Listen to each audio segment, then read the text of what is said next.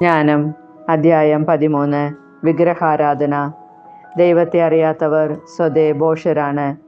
ദൃഷ്ടിഗോചരമായ നന്മകളിൽ നിന്ന് ഉണ്മയായവനെ തിരിച്ചറിയാൻ അവർക്ക് കഴിഞ്ഞില്ല. ശില്പങ്ങളിൽ ശ്രദ്ധ പതിപ്പിച്ച അവർ ശില്പിയെ തിരിച്ചറിഞ്ഞില്ല. അഗ്നി, വായു, കാറ്റ്, നക്ഷത്രവലയങ്ങൾ, ശോഭിച്ച സമുദ്രം, ആകാശ തേജസ്സുകൾ ഇവ ലോകത്തെ ഭരിക്കുന്ന ദേവന്മാരായി അവർ കരുതി. അവയുടെ സൗന്ദര്യത്തിൽ ഭ്രമിച്ച് മനുഷ്യർ അവയെ ദേവന്മാരായി സങ്കല്പിച്ചെങ്കിൽ അവയേക്കാൾ ശ്രേഷ്ഠനാണ് അവയുടെ കർത്താവെന്ന് അവർ ഗ്രഹിക്കട്ടെ. സൗന്ദര്യത്തിൻ്റെ സൃഷ്ടാവാണ് അവയുണ്ടാക്കിയത്. അവയുടെ ശക്തിയും പ്രവർത്തനവും മനുഷ്യരെ വിസ്മയിപ്പിച്ചെങ്കിൽ അവയുടെ സൃഷ്ടാവ് എത്രയോ കൂടുതൽ ശക്തനെന്ന് അവയിൽ നിന്ന് അവർ ധരിക്കട്ടെ. സൃഷ്ടികളുടെ ശക്തി സൗന്ദര്യങ്ങളിൽ നിന്ന് അവയുടെ സൃഷ്ടാവിൻ്റെ ശക്തി സൗന്ദര്യങ്ങളെക്കുറിച്ച് അറിയാം. ദൈവത്തെ അന്വേഷിക്കുകയും കണ്ടെത്താൻ ഇച്ഛിക്കുകയും ചെയ്യുമ്പോഴാകാം അവർ വ്യതിചലിക്കുന്നത്. അവരെ തികച്ചും കുറ്റപ്പെടുത്താൻ വയ്യ. അവിടുത്തെ സൃഷ്ടികളുടെ മധ്യേ ജീവിച്ച് അവർ അന്വേഷണം തുടരുകയാണ്. ദൃശ്യവസ്തുക്കൾ മനോഹരമാകിയാൽ അവർ അതിൽ പ്രത്യാശ അർപ്പിക്കുന്നു. എങ്കിലും അവർക്ക് ന്യായീകരണമില്ല. ലോകത്തെ ആരാഞ്ഞ് ഇത്രയും അറിയാൻ കഴിഞ്ഞെങ്കിൽ ഇവരുടെയെല്ലാം ഉടയവനെ കണ്ടെത്താൻ വൈകുന്നത് എന്തുകൊണ്ട്? സ്വർണം, വെള്ളി ഇവയിൽ നിർമ്മിച്ച രൂപങ്ങളെയോ മൃഗങ്ങളുടെ രൂപങ്ങളെയോ പണ്ടെങ്ങോ നിർമ്മിച്ച നിരുപയോഗമായ ശിലയെയോ ദേവന്മാരാക്കി നിർജീവമായ അവയിൽ പ്രത്യാശ അർപ്പിക്കുന്നവരുടെ നില ശോചനീയമാണ്. മരത്തിൽ പണിയുന്ന വിദഗ്ധ ശില്പി എളുപ്പം മുറിക്കാവുന്ന മരമറുത്ത് തൊലി നീക്കി ഉപയോഗപ്രദമായ പാത്രങ്ങൾ ഉണ്ടാക്കുന്നു. തള്ളിക്കളഞ്ഞ കഷ്ണങ്ങൾ കത്തിച്ച് ഭക്ഷണം പാകം ചെയ്ത് നിറയെ തിന്നുന്നു. നിരുപയോഗമായി ശേഷിക്കുന്ന വളഞ്ഞു പിരിഞ്ഞ മുട്ടുകൾ നിറഞ്ഞ കഷ്ണമെടുത്ത് സൂക്ഷ്മതയോടെ കൊത്തുപണി ചെയ്ത് വിശ്രമ സമയം പോക്കുന്നു. അങ്ങനെ അതിന് മനുഷ്യരൂപം നൽകുന്നു. അഥവാ ഏതെങ്കിലും ക്ഷുദ്ര മൃഗത്തിൻ്റെ രൂപം കൊത്തി ചായം പൂശി ചമപ്പിച്ച് കുറവുകൾ ചായം കൊണ്ട് മറയ്ക്കുന്നു. അവനത് ഉചിതമായ സ്ഥാനത്ത് ഭിത്തിയിൽ ആണി കൊണ്ട് ഉറപ്പിക്കുന്നു. അത് അതിനെ തന്നെ സംരക്ഷിക്കാൻ ശക്തിയില്ലാത്തതായതുകൊണ്ട് പരസഹായം വേണമെന്നറിയാവുന്നതുകൊണ്ട് അവനത് വീണുപോകാതെ ശ്രദ്ധിക്കുന്നു. എങ്കിലും സമ്പത്തിനും വിവാഹത്തിനും മക്കൾക്കും വേണ്ടി പ്രാർത്ഥിക്കുമ്പോൾ നിർജീവമായ അതിനെ വിളിച്ചപേക്ഷിക്കാൻ അവന് ലജ്ജയില്ല. ആരോഗ്യത്തിന് ദുർബല വസ്തുവിനോടും ജീവന് നിർജീവ വസ്തുവിനോടും സഹായത്തിന് അനുഭവജ്ഞാനമില്ലാത്തതിനോടും യാത്രാമംഗളത്തിന് അജരവസ്തുവിനോടും അവൻ പ്രാർത്ഥിക്കുന്നു. ധനസമ്പാദനത്തിനും ജോലിക്കും പ്രവൃത്തികളിലുമുള്ള വിജയത്തിനും വേണ്ടിയുള്ള ശക്തിക്ക് ശക്തിഹീനമായ കരത്തോട് പ്രാർത്ഥിക്കുന്നു. ജ്ഞാനം അധ്യായം 14. കോളുകൊണ്ട സമുദ്രത്തിൽ യാത്രയ്ക്കൊരുങ്ങുന്നവൻ താനിരിക്കുന്ന കപ്പലിനേക്കാൾ അതിദുർബലമായ തടിക്കഷ്ണത്തോട് പ്രാർത്ഥിക്കുന്നു. ആ യാനപാത്രത്തിന് രൂപം നൽകിയത് ലാഭേച്ഛയാണ്. ജ്ഞാനമാണ് അതിൻ്റെ ശില്പി. പിതാവേ, അങ്ങയുടെ പരിപാലനയാണ് അതിനെ നയിക്കുന്നത്. അവിടുന്ന് കടലിൽ അതിന് ഒരു പാത നൽകി, തിരമകൾക്കിടയിലൂടെ ഒരു സുരക്ഷിത മാർഗം. അങ്ങനെ അവിദഗ്ധനും കടൽ യാത്ര ചെയ്യുമെന്ന് വരുമാറ് ഏത് ആപത്തിലും നിന്ന് രക്ഷിക്കാൻ അങ്ങേക്ക് കഴിയുമെന്നും കാണിച്ചു. അങ്ങയുടെ ജ്ഞാനത്തിൻ്റെ പ്രവൃത്തികൾ നിഷ്ഫലമാകരുതെന്ന് അങ്ങയുടെ ഹിതമാണ്. മനുഷ്യർ തീരെ ചെറിയ തടിക്കഷ്ണത്തിൽ പോലും ജീവിത രക്ഷ ഉറപ്പിച്ച് തിരകളിലൂടെ ചങ്കാടത്തിൽ സുരക്ഷിതരായി കരയ്ക്കടിക്കുന്നു. പണ്ട് ഗർവിഷ്ഠരായ മല്ലന്മാർ നശിക്കുമ്പോൾ ലോകത്തിൻ്റെ പ്രത്യാശപാത്രങ്ങൾ ഒരു പേടകത്തിൽ അഭയം തേടി. അങ്ങയുടെ കരങ്ങളാൽ നയിക്കപ്പെട്ട അവർ ലോകത്തിൽ പുതിയ തലമുറയുടെ വിത്ത് അവശേഷിപ്പിച്ചു. നീതി നിർവഹണത്തിനുതകിയ പേടകം അനുഗ്രഹീതമാണ്. കരനിർമ്മിത വിഗ്രഹം ശപിക്കപ്പെട്ടതാണ്. അത് നിർമ്മിച്ചവനും ശപിക്കപ്പെട്ടവൻ. കാരണം അവൻ ആ നശ്വര വസ്തു നിർമ്മിച്ച് അതിനെ ദേവനെന്ന് വിളിച്ചു. അധർമ്മിയെയും അവൻ്റെ അധർമ്മത്തെയും ദൈവം ഒന്നുപോലെ വെറുക്കുന്നു. ശില്പത്തോടൊപ്പം ശില്പിയെയും അവിടുന്ന് ശിക്ഷിക്കും. ജനതകളുടെ വിഗ്രഹങ്ങൾക്കും ശിക്ഷയുണ്ടാകും. ദൈവസൃഷ്ടിയുടെ ഭാഗമെങ്കിലും അവ മ്ലേച്ഛതയും മനസ്സിന് പ്രലോഭനവും മൂഢന്മാരുടെ പാദങ്ങൾക്ക് കെണിയുമായി തീർന്നിരിക്കുന്നു. വിഗ്രഹ നിർമ്മാണ ചിന്തയാണ് അവിശ്വസ്തയുടെ ആരംഭം. അവയുടെ കണ്ടുപിടുത്തമാണ് ജീവിതത്തെ ദുഷിപ്പിച്ചത്. അവ ആദ്യം മുതലുള്ളതോ അവസാനം വരെ നിലനിൽക്കുന്നതോ അല്ല. മനുഷ്യൻ്റെ മിഥ്യാഭിമാനത്തിൻ്റെ ഫലമായി അവ ലോകത്തിൽ പ്രവേശിച്ചു. അവയുടെ പെട്ടെന്നുള്ള തിരോധാനം നിശ്ചയിക്കപ്പെട്ടിരിക്കുന്നു. അകാലത്തിൽ പുത്രൻ മരിച്ച ദുഃഖം ഗ്രസിച്ച പിതാവ് തന്നിൽ നിന്ന് അപഹരിക്കപ്പെട്ട മകൻ്റെ പ്രതിമയുണ്ടാക്കി. മൃതശരീരം മാത്രമായിരുന്നവനെ ഇതാ ദേവനായി വണങ്ങുകയും തൻ്റെ പിൻഗാമികൾക്ക് വ്രതാനുഷ്ഠാനങ്ങൾ രഹസ്യമായി നിശ്ചയിച്ചു കൊടുക്കുകയും ചെയ്യുന്നു. കാലാന്തരത്തിൽ പ്രാബല്യം ലഭിച്ച ഒരു ദുരാചാരം നിയമമായി തീരുകയും രാജർ കൽപ്പന പ്രകാരം ജനങ്ങൾ കൊത്തുവിഗ്രഹങ്ങളെ ആരാധിച്ചു പോരുകയും ചെയ്തു. വിദൂരസ്ഥരായ രാജാക്കന്മാരെ നേരിട്ട് വണങ്ങി സ്തുതിക്കാൻ അച്ഛിച്ചവർ രാജപ്രതിമയുണ്ടാക്കി. രാജാക്കന്മാർ അകന്നു ജീവിച്ചിരുന്നതിനാൽ അവരുടെ സന്നിധിയിലെത്തി വണങ്ങാൻ കഴിയാതെ വന്ന ജനങ്ങൾ തങ്ങളാൽ ആദരിക്കുന്ന രാജാവിൻ്റെ രൂപം ഭാവന ചെയ്ത് ദൃഷ്ടിഗോചരമായ ബിംബമുണ്ടാക്കി. അങ്ങനെ തങ്ങളുടെ ആവേശത്തിൽ അവർ അദൃശ്യനെങ്കിലും അടുത്തുള്ളവനെ പോലെ അവനെ സ്തുതിച്ചു. ക്രമേണ ഉത്കർഷേച്ഛുവായ ശില്പി രാജാവിനെ അറിയാത്തവരിലും ഈ ആരാധന പ്രചരിപ്പിക്കാൻ ഉത്സാഹിച്ചു. രാജാവിനെ പ്രസാദിപ്പിക്കാനാവാം അവൻ രാജാവിൻ്റെ രൂപം കൂടുതൽ സുന്ദരമായി ഉണ്ടാക്കാൻ കൗശലം കാണിച്ചത്.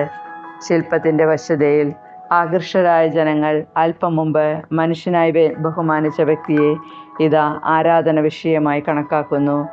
ഇത് മനുഷ്യവർഗത്തിന് ഒളിഞ്ഞിരിക്കുന്ന കെണിയായി തീർന്നു.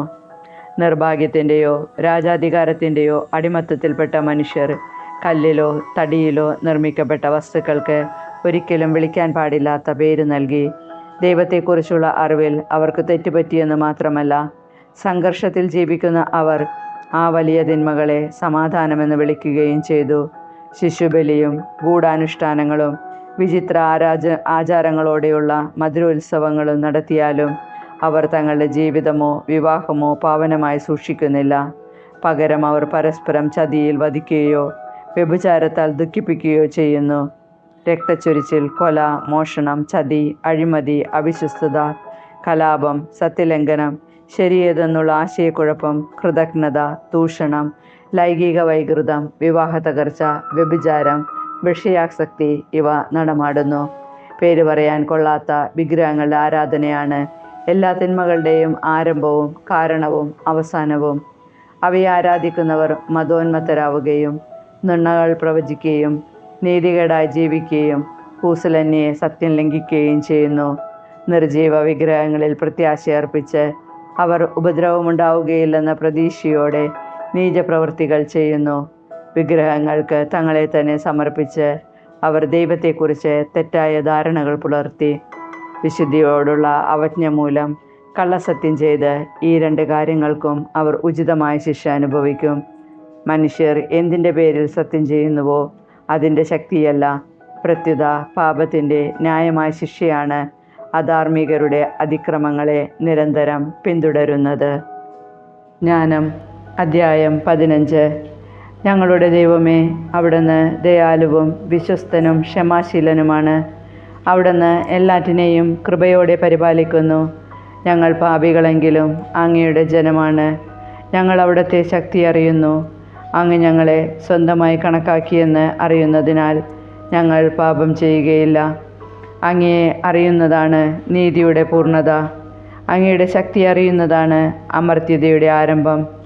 മനുഷ്യൻ്റെ കരവേലയുടെ ദുഷ്പ്രേരണയോ ചിത്രകാരൻ്റെ നിഷ്ഫലയത്നമായ നാനാവർണ്ണാഞ്ചിതമായ ചിത്രങ്ങളോ ഞങ്ങളെ വ്യതിചലിപ്പിക്കുകയില്ല. അങ്ങയുടെ രൂപം മൂഢരെ ആവേശം കൊള്ളിക്കുന്നു. നിർജീവ വിഗ്രഹങ്ങളുടെ ജഡരൂപം അവരെ മോഹിപ്പിക്കുന്നു. അവ നിർമ്മിക്കുകയോ ആഗ്രഹിക്കുകയോ ആരാധിക്കുകയോ ചെയ്യുന്നവർ തിന്മയുടെ കമിതാക്കളാണ്. അവയിൽ കവിഞ്ഞ ഒന്നിലും ആശ്രയിക്കാൻ അവർക്ക് അർഹതയില്ല. കുശവൻ കളിമണ്ണ് കുഴച്ച് കിണഞ്ഞു പരിശ്രമിച്ച് ഉപയോഗയോഗ്യമായ പാത്രങ്ങളുണ്ടാക്കുന്നു. ഒരേ മണ്ണിൽ നിന്ന് ഒരേ രീതിയിൽ അവൻ ശുദ്ധവും അശുദ്ധവുമായ ഉപയോഗങ്ങൾക്ക് പാത്രങ്ങളുണ്ടാക്കുന്നു. ഓരോന്നിൻ്റെയും ഉപയോഗം അവനാണ് നിർണയിക്കുന്നത്. അല്പകാലം മുമ്പ് മണ്ണുകൊണ്ട് നിർമ്മിക്കപ്പെട്ടവനും അല്പകാലം കഴിയുമ്പോൾ തനിക്ക് കടമായി ലഭിച്ച ആത്മാവിനെ ദാതാവ് ആവശ്യപ്പെടുമ്പോൾ തിരിച്ചേൽപ്പിച്ച് മണ്ണിലേക്ക് മടങ്ങേണ്ടവനുമായ മനുഷ്യനാണ് വിഫലമായി അതേ മണ്ണിൽ നിന്ന് വേജദൈവത്തെ മെനയുന്നത്. തനിക്ക് മരണമുണ്ടെന്നോ തൻ്റെ ജീവിതം ഹ്രസ്വമെന്നോ അവൻ ചിന്തിക്കുന്നില്ല. എന്നാൽ അവൻ സ്വർണം, വെള്ളി എന്നിവയിൽ പണിയുന്നവരോട് മത്സരിക്കുന്നു. ചെമ്പുപണിക്കാരെ അനുകരിക്കുന്നു. വ്യാജദൈവങ്ങളെ ഉണ്ടാക്കുന്നതിൽ അഭിമാനിക്കുന്നു. അവൻ്റെ ഹൃദയം ചാമ്പലും പ്രത്യാശ കുപ്പയേക്കാൾ വില കുറഞ്ഞതും ജീവിതം കളിമണ്ണിനേക്കാൾ നിസ്സാരവുമാണ്. തന്നെ സൃഷ്ടിക്കുകയും പ്രവർത്തനനിരതമായ ആത്മാവിനാൽ പ്രചോദിപ്പിക്കുകയും ചൈതന്യത്തെ തന്നിലേക്ക് പ്രവേശിപ്പിക്കുകയും ചെയ്ത ദൈവത്തെ അറിയാൻ അവൻ വിസമ്മതിച്ചു. നമ്മുടെ അസ്തിത്വത്തെ അലസവിനോദമായും ജീവിതത്തെ ആദായകരമായ ഉത്സവമായും പരിഗണിച്ചു. ഹീനമാർഗങ്ങളിലൂടെ പോലും മനുഷ്യൻ കഴിയുന്നത്ര പണം സമ്പാദിക്കണമെന്നാണ് അവൻ പറയുന്നത്. ജഡപദാർത്ഥത്തിൽ നിന്ന് ദുർബലപാത്രങ്ങളും കൊത്തുവിഗ്രഹങ്ങളും നിർമ്മിക്കുമ്പോൾ താൻ പാപം ചെയ്യുകയാണെന്ന് അവൻ എല്ലാവരെയും നന്നായി അറിയുന്നുണ്ട്. ശിശുക്കളുടേതിനേക്കാളും ബുദ്ധിഹീനവും ശോചനീയവുമാണ് അങ്ങയുടെ ജനത്തെ മർദ്ദിക്കുന്ന ശത്രുക്കളുടെ നില. കാഴ്ചയില്ലാത്ത കണ്ണുകളും ശ്വസിക്കാത്ത നാസാരന്ധ്രങ്ങളും കേൾക്കാത്ത ചെവികളും സ്പർശനം സാധ്യമല്ലാത്ത വിരലുകളും നടക്കാൻ ഉപകരിക്കാത്ത പാദങ്ങളുമുള്ള മ്ലേച്ഛ വിഗ്രഹങ്ങൾ ദേവന്മാരാണെന്ന് അവർ വിചാരിക്കുന്നു. വായ്പ വാങ്ങിയ ചൈതന്യം മാത്രമുള്ള മനുഷ്യനുണ്ടാക്കിയതാണ് അവ. തന്നെപ്പോലെ തന്നെയുള്ള ദൈവത്തെ സൃഷ്ടിക്കുക ഒരുവനും സാധ്യമല്ലല്ലോ. അവൻ മർത്യനാണ്. അവൻ്റെ അനുസരണമില്ലാത്ത കരങ്ങൾ നിർമ്മിക്കുന്നതും മൃതമാണ്. അവൻ ആരാധിക്കുന്ന വസ്തുക്കളേക്കാൾ അവൻ ഉത്കൃഷ്ടനാണ്. അവന് ജീവനുണ്ട്, അവയ്ക്ക് അതില്ല. അങ്ങയുടെ ജനത്തിൻ്റെ വൈരികൾ നികൃഷ്ട ജന്തുക്കളെപ്പോലും ആരാധിക്കുന്നു. ബുദ്ധിഹീനത നോക്കുമ്പോൾ അവ മറ്റുള്ള എല്ലാറ്റിനേക്കാൾ മോശമാണ്. മൃഗങ്ങളെന്ന നിലയ്ക്ക് പോലും അവ കാഴ്ചയിൽ അനാകർഷകമാണ്. ദൈവത്തിൻ്റെ മതിപ്പോ അനുഗ്രഹമോ അവയെ സ്പർശിച്ചിട്ടില്ല. ജ്ഞാനം അധ്യായം 16. ജന്തുക്കളിലൂടെ ശിക്ഷ. മൃഗാരാധകർക്ക് അർഹിച്ച ശിക്ഷ അത്തരം ജന്തുക്കളിലൂടെ തന്നെ ലഭിച്ചു. മൃഗങ്ങളുടെ പറ്റം അവരെ പീഡിപ്പിച്ചു. സ്വജനത്തെ ശിക്ഷിക്കുന്നതിന് പകരം അങ്ങ് അവരോട് കാരുണ്യം കാണിച്ചു. അവർക്ക് വിശപ്പടക്കാൻ രുചികരമായ കാടപ്പക്ഷികളെ നൽകി. ഭക്ഷണം കൊതിച്ച വൈരികൾക്കാകട്ടെ അരോചകമായ വിചിത്ര ജീവികളെ അയച്ചു. സ്വജനത്തിൻ്റെ അല്പകാലത്തെ ദാരിദ്ര്യത്തിനു ശേഷം അങ്ങ് അവർക്ക് വിശിഷ്ട ഭോജ്യങ്ങൾ നൽകി. ആ മർദ്ദകർക്ക് കഠിന ദാരിദ്ര്യം നൽകുക ആവശ്യകമായിരുന്നു. ശത്രുക്കളെ എത്രമാത്രം അങ്ങ് പീഡിപ്പിച്ചുവെന്ന് അങ്ങയുടെ ജനത്തെ ഇതുവഴി കാണിച്ചു കൊടുത്തു. അവിടുത്തെ ജനം വന്യമൃഗങ്ങളുടെ ക്രൗര്യത്തിനിരയാവുകയും സർപ്പദംശനമേറ്റ് നശിക്കുകയും ചെയ്തപ്പോൾ അങ്ങയുടെ ക്രോധം നീണ്ടുനിന്നില്ല. അവർ അല്പകാലം താക്കീതെന്ന നിലയിൽ പീഡനമേറ്റു. അങ്ങയുടെ നിയമത്തിലെ അനുശാസനങ്ങൾ ഓർമ്മിപ്പിക്കാൻ അവർക്ക് രക്ഷയുടെ അടയാളം നൽകി. അതിലേക്ക് നോക്കിയവർ രക്ഷപ്പെട്ടു. അവർ കണ്ട വസ്തുവിനാലല്ല, എല്ലാറ്റിൻ്റെയും രക്ഷകനായ അങ്ങ് മൂലം രക്ഷപ്പെട്ടു. അങ്ങാണ് ഞങ്ങളെ തിന്മയിൽ നിന്ന് രക്ഷിക്കുന്നതെന്ന് ഞങ്ങളുടെ ശത്രുക്കളെ അങ്ങ് ഇതുവഴി ബോധ്യപ്പെടുത്തി. വെട്ടുകിളികളുടെയും ഈച്ചകളുടെയും ഉപദ്രവത്താൽ അവർ മരിച്ചു വീണു. അവർക്ക് ഉപശാന്തി ലഭിച്ചില്ല. ഇത്തരത്തിലുള്ള ശിക്ഷയ്ക്ക് അവർ അർഹരായിരുന്നു. അങ്ങയുടെ മക്കളെ വകവരുത്താൻ വിഷസർപ്പത്തിൻ്റെ പല്ലിനും കഴിഞ്ഞില്ല. അങ്ങയുടെ കാരുണ്യം രക്ഷയ്ക്കെത്തി അവരെ സുഖപ്പെടുത്തി. അങ്ങയുടെ കൽപ്പനകൾ അനുസ്മരിപ്പിക്കാൻ അവർ ദംശിക്കപ്പെട്ടു. എന്നാൽ അവിടുന്ന് അവരെ അതിവേഗം രക്ഷിച്ചു. അല്ലെങ്കിൽ ആഴമുള്ള വിസ്മൃതിയിലാണ്ട് അങ്ങയുടെ കാരുണ്യം അനുഭവിക്കാൻ അവർക്ക് ഇടയാകാതെ പോകുമായിരുന്നു. കർത്താവേ, മരുന്നോ ലേപനൌഷധമോ അല്ല, എല്ലാവരെയും സുഖപ്പെടുത്തുന്ന അങ്ങയുടെ വചനമാണ് അവരെ സുഖപ്പെടുത്തിയത്. ജീവൻ്റെയും മരണത്തിൻ്റെയും മേൽ അങ്ങേക്ക് അധികാരമുണ്ട്. മനുഷ്യരെ പാതാള കവാടത്തിലേക്ക് ഇറക്കുന്നതും അവിടെ നിന്ന് വീണ്ടെടുക്കുന്നതും അവിടുന്നാണ്. ഒരുവൻ തൻ്റെ ദുഷ്ടതയിൽ മറ്റൊരുവനെ വധിക്കുന്നു. എന്നാൽ വേർപെട്ടു പോയ ജീവനെ തിരികെ കൊണ്ടുവരാനോ ബന്ധിതമായ ആത്മാവിനെ മോചിപ്പിക്കാനോ അവന് കഴിവില്ല.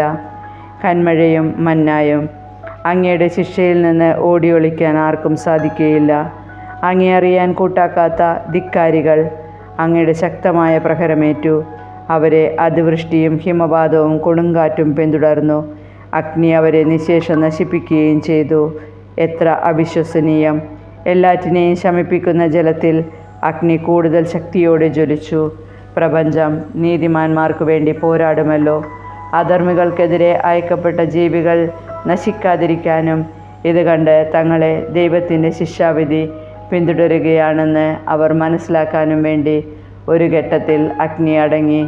വീണ്ടും ഒരിക്കൽ അധർമ്മം നിറഞ്ഞ ദേശത്തെ വിളവ് നശിപ്പിക്കാൻ ജലമധ്യത്തിൽ അത് അഗ്നിയേക്കാളും തീക്ഷ്ണമായി ജ്വലിച്ചു. അങ്ങയുടെ ജനത്തിന് ദൈവദൂതന്മാരുടെ അപ്പം അങ്ങ് നൽകി. അവരുടെ അധ്വാനം കൂടാതെ തന്നെ ഓരോരുത്തർക്കും ആസ്വാദ്യമായ വിധം പാകപ്പെടുത്തിയ ഭക്ഷണം സ്വർഗത്തിൽ നിന്ന് അവർക്ക് അങ്ങ് നൽകി. അങ്ങ് നൽകിയ വിഭവങ്ങൾ അങ്ങയുടെ മക്കളുടെ നേരെ അങ്ങേക്കുള്ള വാത്സല്യം പ്രകടമാക്കി. ഭക്ഷിക്കുന്നവൻ്റെ രുചിക്കൊത്ത് അത് രൂപാന്തരപ്പെട്ടു. ഹിമപാതത്തിൽ ആളിക്കത്തിയതും വർഷധാരയിൽ ഉജ്ജ്വലിച്ചതുമായ അഗ്നി ശത്രുക്കളുടെ വിള നശിപ്പിച്ചെന്ന് അവർ അറിയാൻ തക്കവിധം മഞ്ഞും മഞ്ഞുകട്ടിയും അഗ്നിയിൽ ഒരുക്കിയില്ല. നീതിമാന്മാരെ പോറ്റി രക്ഷിക്കാൻ അഗ്നി സ്വഗുണം മറന്നു. സൃഷ്ടാവായ അവിടത്തെ സേവിക്കുന്ന സൃഷ്ടി അധർമ്മികളെ ശിക്ഷിക്കാൻ വെമ്പൽ കൊള്ളുകയും അവയിൽ പ്രത്യാശ വയ്ക്കുന്നവരോട് കരുണ കാണിക്കുകയും ചെയ്യുന്നു. കർത്താവെ, അങ്ങയെ ആശ്രയിക്കുന്നവരെ പോറ്റുന്നത് വിവിധ ധാന്യവിളകളല്ല, അങ്ങയുടെ വചനമാണെന്ന് അങ്ങയുടെ വത്സലമക്കൾ ഗ്രഹിക്കാൻ വേണ്ടി സൃഷ്ടികൾ ആവശ്യക്കാരുടെ ആഗ്രഹത്തിനൊത്ത് രൂപാന്തരം പ്രാപിച്ച് എല്ലാറ്റിനെയും പോറ്റുന്ന അങ്ങയുടെ ഔദാര്യത്തെ വെളിപ്പെടുത്തി. അഗ്നിയിൽ നശിക്കാത്തത് അരുണോദയത്തിലൊരുക്കി. ഇത് മനുഷ്യൻ സൂര്യോദയത്തിനു മുൻപുണർന്ന് പുലർക്കാല വെളിച്ചത്തിൽ അങ്ങേക്ക് കൃതജ്ഞതയർപ്പിക്കുകയും അങ്ങയോട് പ്രാർത്ഥിക്കുകയും വേണമെന്നതിൻ്റെ വിജ്ഞാപനമായിരുന്നു. കൃതജ്ഞതൻ്റെ പ്രത്യാശ ശീതകാലത്തെ മൂടൻ മഞ്ഞ് പോലെ ഉരുകും, ഉപയോഗശൂന്യമായ ജലം പോലെ ഒഴുകിപ്പോകും.